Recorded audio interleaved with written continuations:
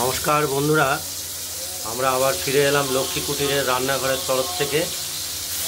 এখন আমাদের রেসিপিটা হচ্ছে রুই মাছের পাতলা ঝোল। কাটা রুই মাছ, কাটা রুই মাছটা প্রথমে আমরা ভেজে লাল করে ভাজবো, ভেজে তুলে নেব। এর সঙ্গে একটা আধখানা টমেটো দেবো, আলুও দেবো, টমেটোও দেবো। আর মশলাটা আমরা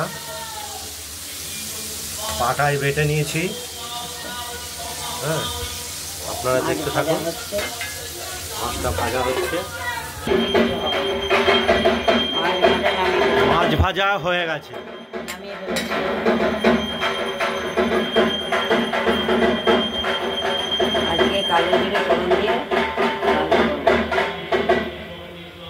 আজকে কালো জিরে ফোড়ন দিয়ে রান্না করবো অন্য স্বাদে।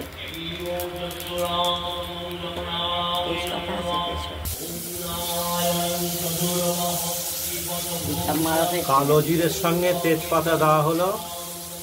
আজকে কালো জিরে দিয়েই করবো, অন্য কিছু। আলুগুলোকে ভেজে নিলাম, টমেটোটাও দিয়ে দিলাম, একটু লাল করে ভেজে তুলবো। টমেটো দিয়ে দিলাম অর্ধেক।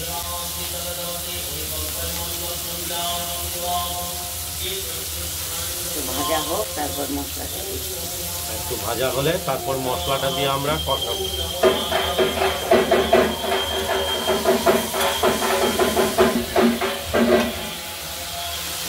বাটা মশলাটা আমরা দিয়ে দিলাম, এটাকে আমরা কষিয়ে নেব।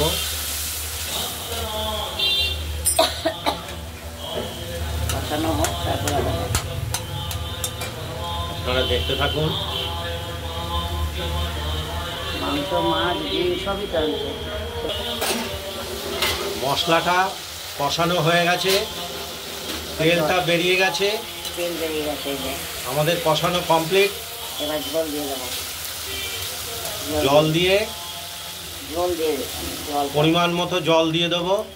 দিয়ে দিলাম জল। তারপরে মাছগুলো, এরপর মাছগুলো একে একে দিয়ে দেবো।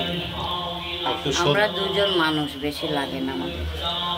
এবং মাছটা ঝোলটা ফুটে আসলেই আর আমাদের তিন কুলে কেউ নেই, আমার রুই মাছের ঝোল কমপ্লিট।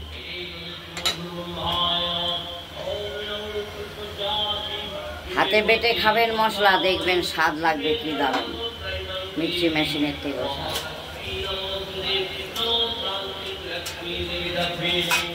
যতই মিক্সি মেশিনে করেন না কেন, কিন্তু হাতে বেটেই করে।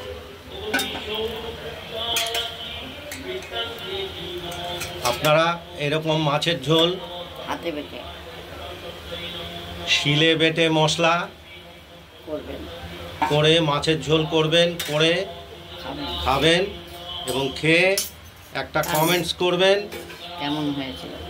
কেমন হয়েছে।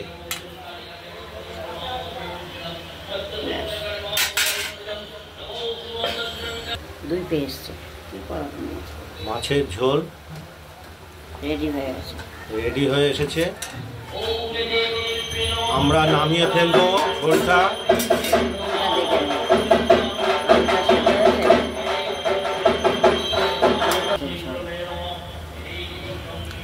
মাছের ঝোল আমাদের হয়ে গেছে, আমরা নামিয়ে ফেলবো। আপনারা বাড়িতে রান্না করে আমাদের কমেন্টস করবেন। আর লক্ষ্মী কুটিরের রান্নাঘরের চ্যানেলটাকে একটু লাইক করবেন। আর নতুন ধরনের রান্না পেতে আমাদের এই চ্যানেলটাকে সাবস্ক্রাইব করে রাখবেন। পাশের বেল আইকনটা বাজিয়ে দেবেন। বন্ধুরা ভালো থাকবেন, সুস্থ থাকবেন। নমস্কার।